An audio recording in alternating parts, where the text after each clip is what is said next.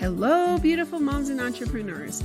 My name is Sharice Walker, and I'm your host of the Unbreakable Mompreneurs podcast. This is a place where we come together to learn, grow, and inspire. So sit back, relax, and let's get started. Hello, Unbreakable Mompreneurs. My name is Sharice Walker, your host, and today I'm here with Jessie Torres, and she is a performance coach. And what I love is, as you've heard about my book, as I've been going through talking about flipping the iceberg, the subheading used to be trauma to triumph. And Jessie actually talks about that. She talks about trauma. She talks about how to overcome it. She talks about how you can have a better life and be able to pursue the dreams and everything that you've wanted. So Jessie, without further ado, will you please introduce yourself to our audience? Well, thank you. So happy to be here, Sharice. I appreciate you having me. And as you stated, I am more of a transformational coach and spiritual guide is what it feels like, because as we alchemize our pain into purpose and into power, we actually find a deep resolve within ourselves that we didn't know was there, an ability to now go after our dreams in a way that feels in alignment with our spirit, with our soul. So it's a beautiful, beautiful line of work. I love helping people wake up to their beauty. I love that. So how did you get into it? How did I get into it? Ooh, the big $1 million question. So honestly, a product of my own journey. Mm-hmm. I think, my desire to discover what had, happened in my life. Mm-hmm. I came from, childhood sexual abuse with my father. I had an 18-and-a-half-year marriage that was, emotionally, mentally, and verbally just killed every ounce of my being. I was apathetic and a physical body walking, basically. I have two brothers that were murdered 30 years apart. And, when you have these kind of things happen, after my divorce, which was the big breaking point for me, I was 38 years old back then. That's like 30 years ago, I hate to say. I thought, how did I get here? Who am I? Right? Who am I? And it was so devastating to me that it created an insatiable hunger to understand human beings. I wanted to know why, my dad did what he did, why my mom ignored it, why my husband did what he did, and why I allowed it. And I started to read, I started to go to therapy, workshops, seminars, you name it. And I was talking to my therapist, actually, and I said, I want to do what you do, but that's a whole lot of work, a whole lot of study, and a long time. So she said, you should be a coach. Now, this is back in like 2005, so it's like coach, like soccer coach, like, what are you talking about? I had no idea what she was talking about. And so I seeked, different schools that I could go to. I went to Coaches Training Institute, and because I like more hands-on, not just virtual, and they did half and half. So they did half training and virtual, half on site, and I fell in love with it. As you become a coach, you are your first client, right? So as I started to let more and more of my, what I call heart armor down, I fell in love with it. And it also came from people. When I would share my story, they would say things like, where do I put my $10 copay? or, can you say that again? I need to write that down. And I remember walking away more inspired than them. I was like, I don't even know, something I said helped them, or something I said shifted something in them. And I fell in love with it. So ever since then, I've been on a journey to my own exploration of my human experience and what had got me to a place of apathy, and how I can now thrive, how I can now take all my pain and alchemize it into something beautiful. I love that. And it's interesting because similar journey, and I think I was 38 when I got divorced as well. Only married for 15 years though. And similar experience. Well, it's not. I'm not even going to similarize with you. But as a kid, I did have molestation and you compartmentalize. You don't really want to think about it. You don't really understand until something else happens, right? And so I've done a lot of journey work as well, especially writing my book, to where I had to take about 6 months off because all the trauma was coming back that I didn't even realize, right? Right. And so I think that trauma is something, and I'm so passionate about it. And that's why I wanted to have you on, because you don't ever realize it. And that's why I think of it like an iceberg where it just sits in the water waiting to be like the Titanic, where it tears into the relationship that you have. And so that's the part that I don't think a lot of people, like, they know that they've been hurt, or I mean, I've had a lot of guests on where they've had trauma in their childhood, or they've had this or that, but there's a lot of people that just can't get through it. And so what are some of the myths about trauma that people might not understand or realize? Such a great question. I believe there's three pillars to trauma. There's undiagnosed trauma, Right. there's unacknowledged trauma, and then there's unresolved trauma, right? And trauma, at least my definition of it, because people think it's a big thing like a rape, which it is. But trauma to me is whatever the child made meaning of in the moment of an experience. Right. So we don't know oftentimes. And so one of the myths is, I don't have any trauma. My parents were great, loved them, and you don't know that as a child. And I always use this example because it's just easy. Let's say a 5-year-old goes to the store with his mom, and he's playing in the aisle with toys. Mom goes to the end of the aisle to grab something. She can see him, but he can't see her.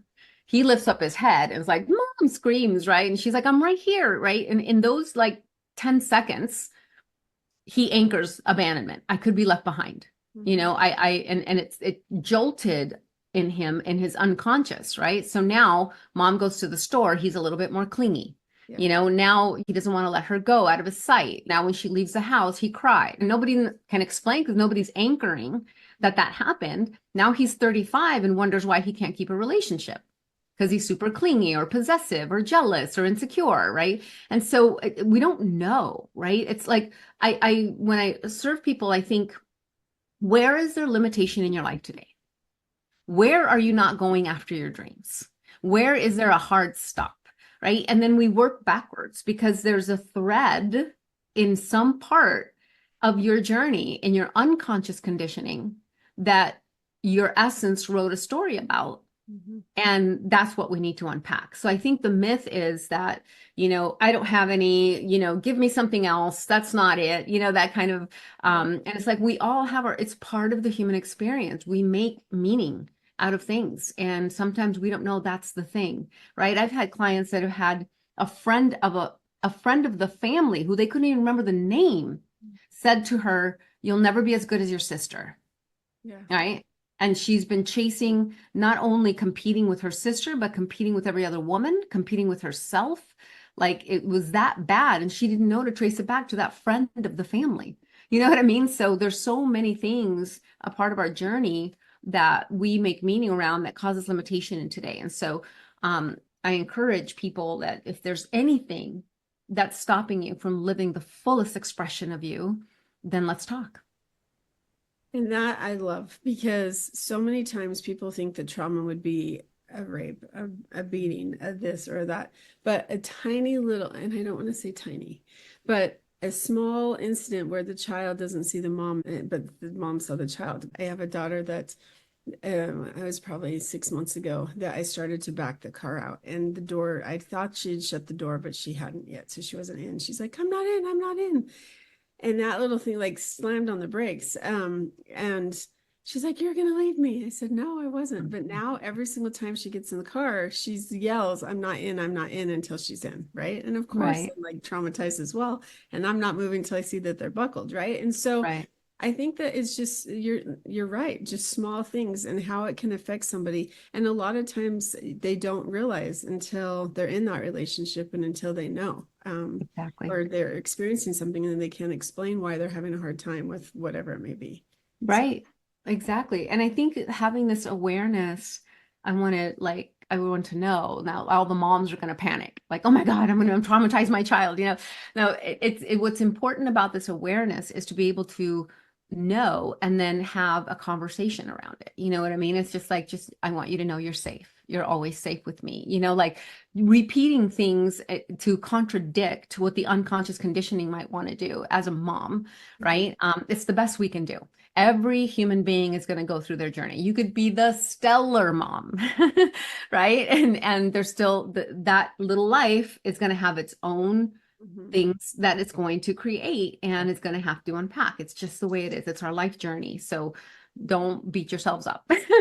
Well, and if the mom's perfect at everything, then the child thinks that the mom's perfect at everything and they have to do like, it doesn't matter. Right. Exactly. Like you said, the child is going to be traumatized no matter what you do. And it's just, they have to work through it. And Yes. that's the relationship. Well, that's what builds resilience, right? We don't know light without dark. And so it's just part of the human journey. We do the best we can. And then we have people like us who want to help people through it just a little bit further. No, I like that. So you have something called Fierce Grace. And can you tell me what that means? Sure. Fierce Grace, it's an interesting journey of how I got to that name, but ultimately what it means for me is the energy of both. It's almost like the infinity symbol. It's the masculine, feminine. It's the light. It's the dark. It's that aspect of us exists in every single one of us, right? And so I think that in our world, societies, like it tilts, right? Like we can be too much in our masculine and now we're killing each other. You know what I mean? And we need to bring a little bit more of the feminine back. The feminine has gotten so hurt that now they're showing up with bigger dukes than the men, right? And so we have to bring that balance and come to the center of the infinity symbol. Where can we find balance in both energies, right? To your point, we're all going to experience our own level of trauma. So the outcome is what do we do with that? And how do we now bring love to it?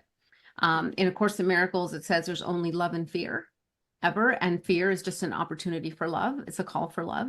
And so in those moments where we experience something that hurts us or a darkness, if you will, how do we bring light to it? And that for some people can seem very hard. How can I bring light? Like, my little brother was murdered just a year and a half ago. Oh my gosh. And, it's kind of like I have that gut check moment where I'm like, no. I already lost my older brother. Like, no, this already happened. Like, I checked the box. Like, this is, it was like, so like incredibly devastating, and so, but even in those moments, I'm always asking, I believe God doesn't waste the pain. I believe we do if we choose to. So in the depth of my pain, I was still able to connect to the ability to have that much sorrow is because of how much I loved. Mm-hmm. Right. So there's always light to be found. It's just hard to seek it sometimes when it hurts so bad, but it's always there. I heard someone use the word gift, and, losing a loved one, especially this early, I know is tough, and I'm sorry. And sometimes it's too early to see a gift, but sometimes, like you said, you don't realize how much you loved because of how sorrowful you were. And that could be the gift in the experience. And I think that sometimes people get so caught up in being the victim all the time that they cannot move on. And for me, in the journey I've gone on, I played that victim card while I was married the whole time. And I look back at that person and I just think how pathetic I was because, I wanted everyone to feel sorry for me. I wanted all this, like, you don't understand what I'm living with. And, shame on me for that, but I didn't know. And I think that that's the part that if we can stop being that victim so that we can be victorious over whatever it is and realize that anybody listening, you have the power to do what you need to do. And you know what you need to do. You just now have to have the faith and the strength to be able to take that leap of faith because it's comfortable where you are. And whether it's good or bad, people get comfortable and they don't know the unknown. And I think sometimes, you wonder with the divorce statistics where the second marriage is 68% or higher, where the first could be 50, depending on the situation, because people know how to get out of a marriage once they've already been in it. Right. So, right. So it's like, what, I've been there, done that this one time. I'm not going to stay in something I'm not happy about. And there's other reasons I think that they shouldn't have married that person probably the first time or the second time around. But let's talk about unshakable living, because that's something kind of like what we're discussing, but explain what unshakable living is and then the role that forgiveness plays in it. Absolutely. And one thing, if I may say about what you mentioned in regards to being a victim, my invitation to you, it's just an invitation, the part, because you said, how pathetic and da-da-da. Just like, no, like she she helped you have this kind of discernment today, right? So it's like God love her. You know what I mean? It's just like because I played it too. Like, God love the victim, because it's pungent for me now. Right. Like when someone is in that space, I'm like, oh my gosh, okay. Like we can peg it like that because we lived it. It's in our nervous system. Right. And I think there's a divine choreography of our entire journey. Like I said, I have all kinds of education and certifications, but nothing has taught me like my journey. Right. And so if I'm going to take the divine choreography, then I'm going to love all aspects of me, even when I was in victim story, even when I was, not fighting hard enough, which is what I judged about myself. I should have, spit on my father. I should have peed myself. I should have poked his eye. I should have. Yeah. But the thing is, I was a little girl. I didn't know, right? Like you said, you didn't know, right? So it's not a shame on you. It's a, wow, okay, thank you, Charisse, for having been through that so that I can be who I am today, write a book and try to serve humanity out of victim story. Yeah. Like kudos, you know what I mean? Like I love that about you. And so all aspects of our journey is something to be honored and loved. The outcome, I think, to get to unshakable living is to be in so much conscious awareness that it's no longer invisible. Right? When we become aware, now that we know, right, we're awake to it, we know we're either choosing a victim story or we're seeing an opportunity for expansion. We're seeing an opportunity for growth. That's kind of where we get to now. We can't go to the old victim story part because we've dealt with that, right? So that no longer feels comfortable. That's now more discomfort, but we see it. Shame knocks on my door all the time, just knocks. And I'm like, oh, I see you trying to get in. Okay. All right. Let me look at what it is that's happening over here where shame's trying to enter. And I'm like, okay, I see you. Thank you for the reminder. But no, you don't have permission. Right. And so it's part of our human journey. So unshakable living is a way to become so consciously aware of our behavior. And I bring in spirit, God, universe, whatever you believe, it, like as part of our human journey as two parts. So there's spirit, which we incarnate and we go into this physical body. And then we have a human. Okay. The human is the one that experiences disappointment, sadness, you stub your toe, it hurts, right? That's the human experience.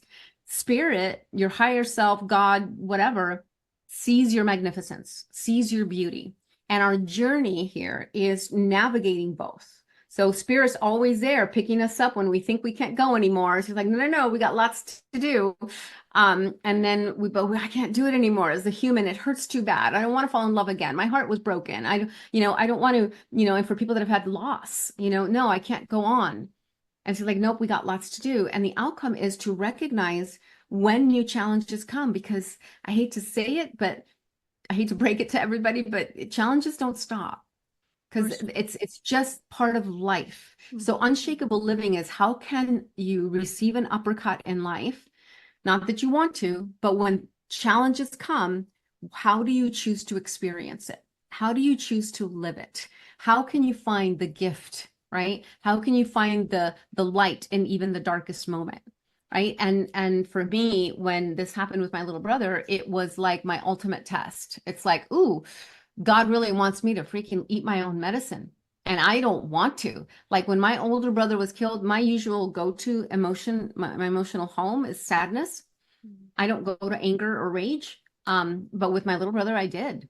I felt rage like I had never felt it before. I was so angry at so many things, the person that shot him, my brother, Compton, like just, all kinds of things that came up for me.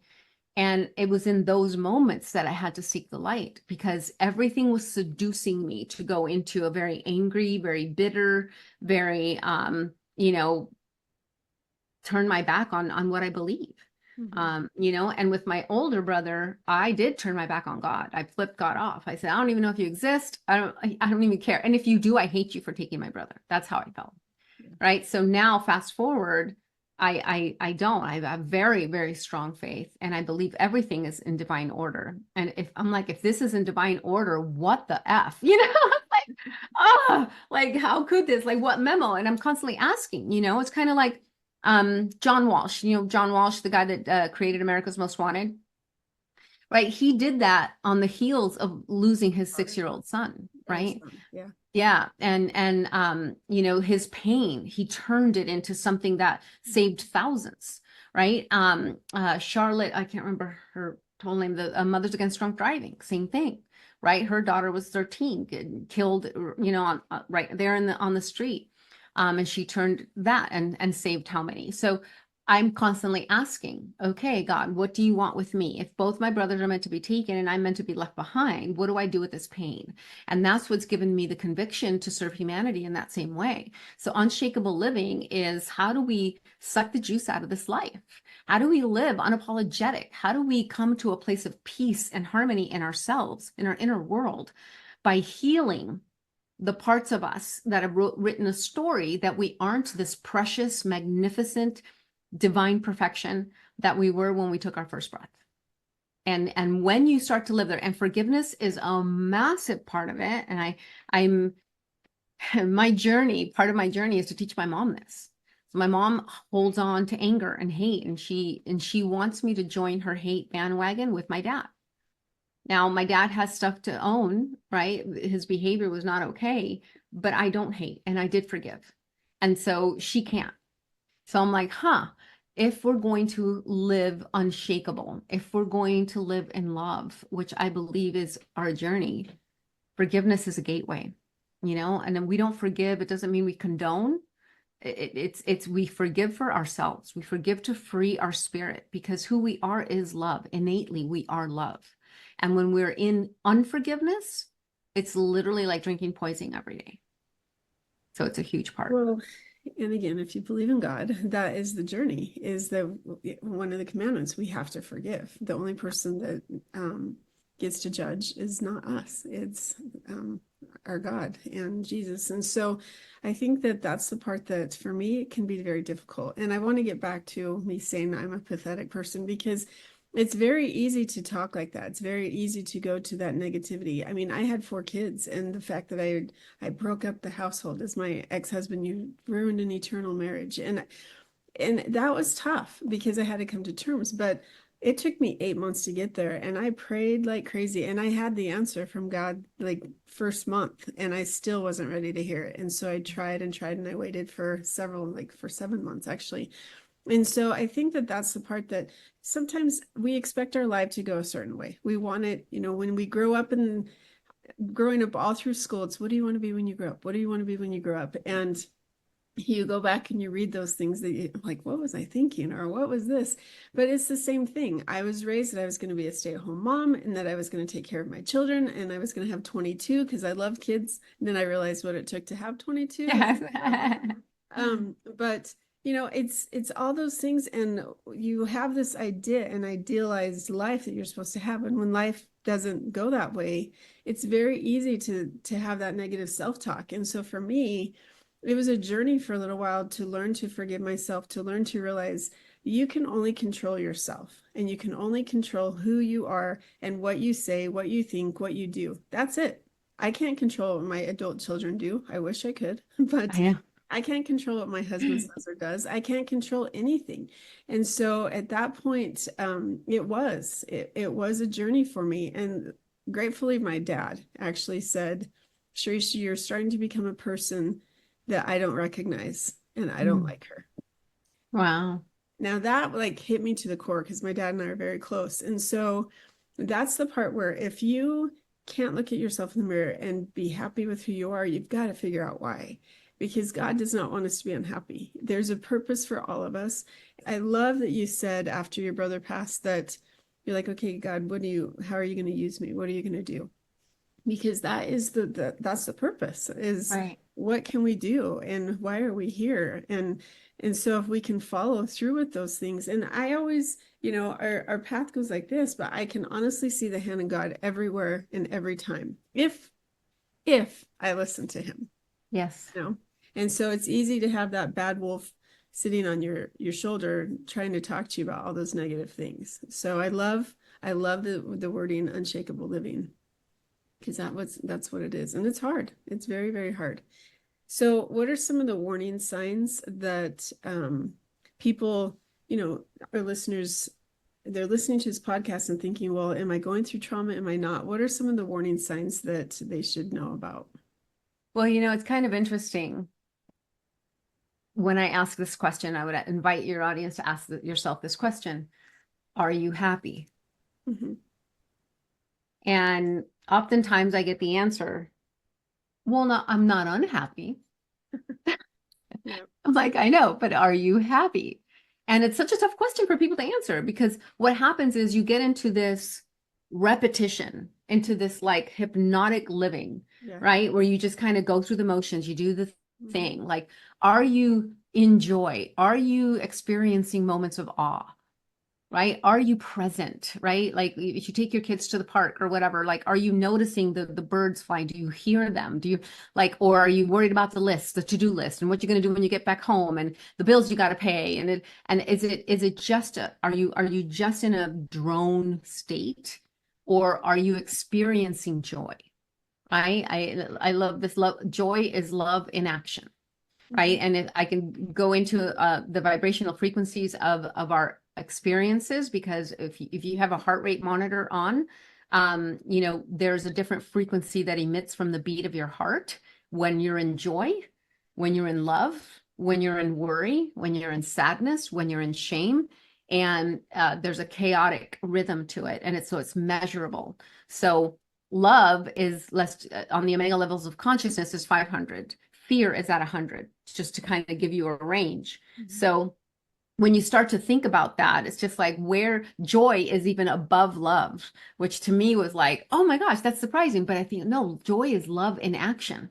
Mm-hmm. So ask yourself, you know, are you accomplishing your dreams? Is there something on your heart? And I always say a knock on your heart. Like for me, it's like God, at first it was a knock on my heart to call to this, and now it was like a kind of like a shove on the shoulder, like get on with it, like get on with it, right? I'm like, okay, you know, and you feel there's something greater for you. There's more to you, and you want to reach it, but you feel like the processes of life are dragging you down, or I don't have time, and I don't have money, or you know, the kids first, or whatever. All these things which we do as mamas, right? We come last.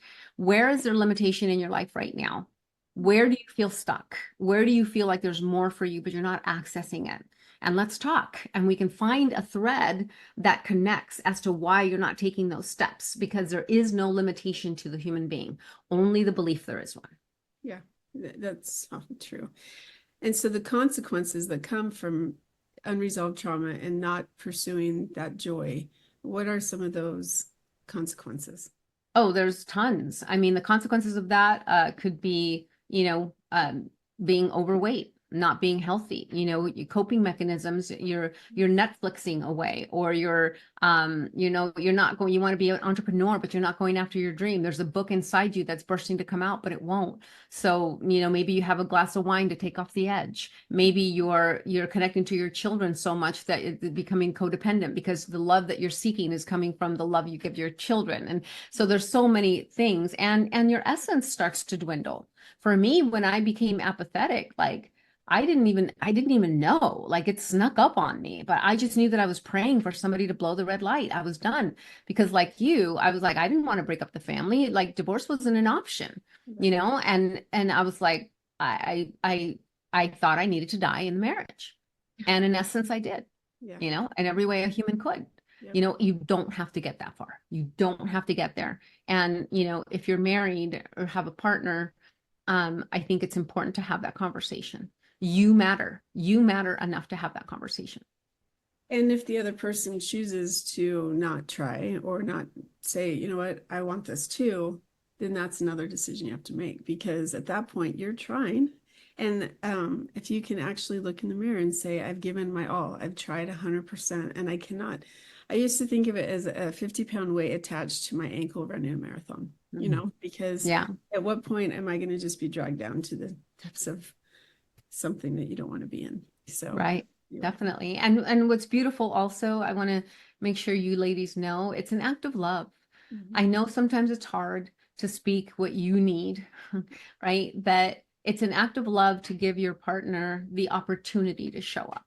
Yeah. Right. And now at least you can say, okay, I've spoken my truth. I have expressed my needs, and I'm not being met. now that's a different conversation, And I mean, I remember after my marriage, I was with this gentleman, and it was so funny. I never knew the term gaslighting, right? Oh. And so it's just like, okay, so here's my needs.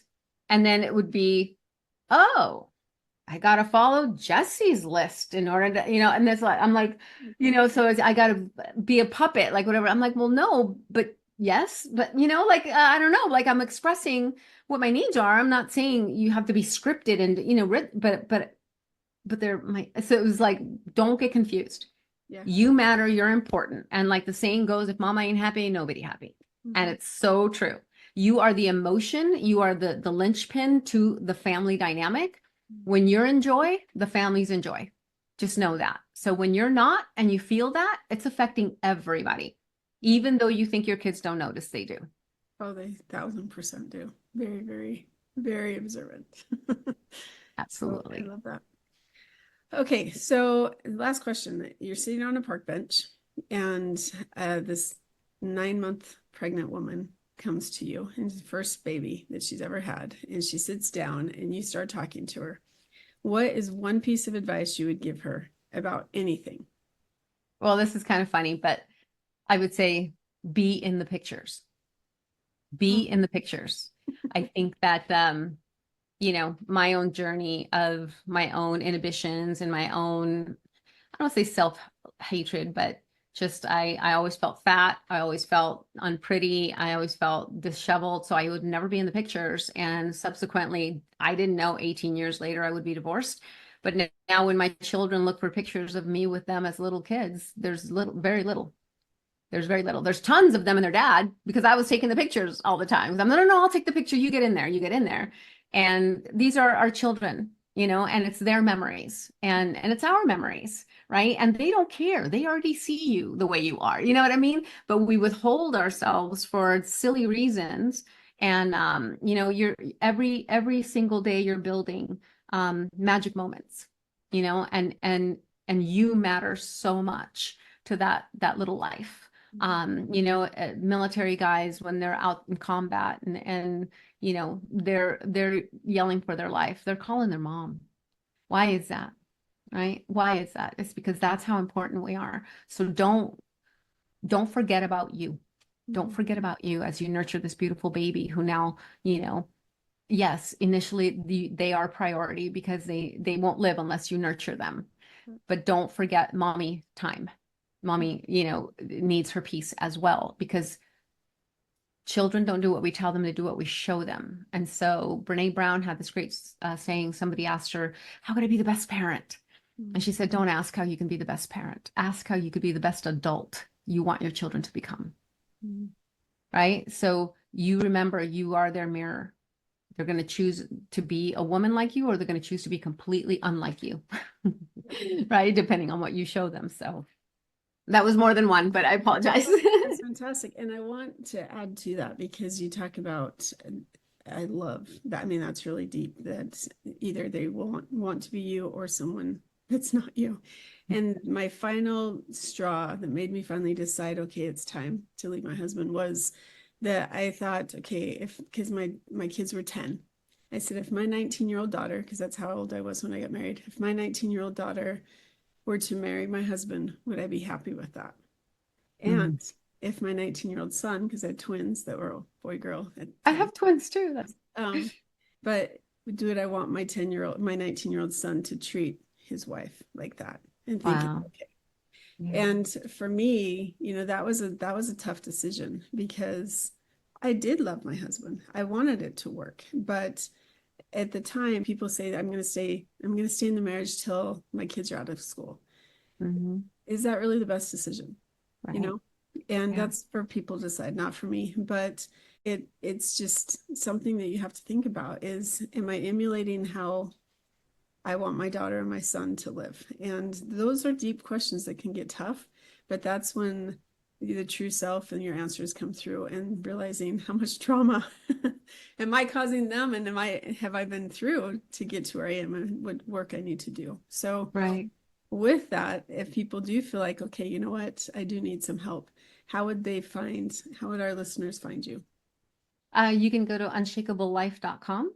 That is where you can book a call with me if you'd like. The call is 100% free. I'd love to chat. If there's any way that I could support you, I definitely will let you know. And if not, I have tons of coach friends that I can refer you to.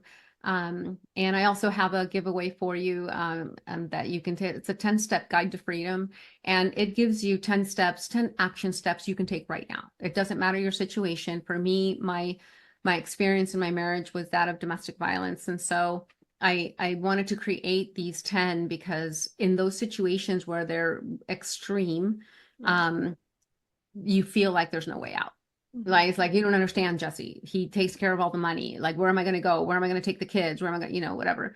But there's definitely some things that you can do, especially now. There's so many people that want to help. So yeah, unshakablelife.com, or you can access the 10-step guide to freedom to help you right now. That's it. I love that. Thank you so much. And Unbreakable Moms, truly be unbreakable. You have worth, you have power, you have the innate right to be happy and to pursue that. And you owe it to yourself, you owe it to your children, you owe it to your husband, or your wife, if men are listening as well. And so just find that joy, find that peace so that you can have that great day. See you later. Thank you. Beautiful moms, remember, you are unbreakable. Keep illuminating the world with your strength, pursuing your dreams, and reveling in the splendor of motherhood. This is Charisse Walker, bidding you farewell for now. Stay tuned for more empowering conversations on the next episode of the Unbreakable Mompreneurs podcast. Until then, keep shining bright. Signing off with love, Charisse Walker.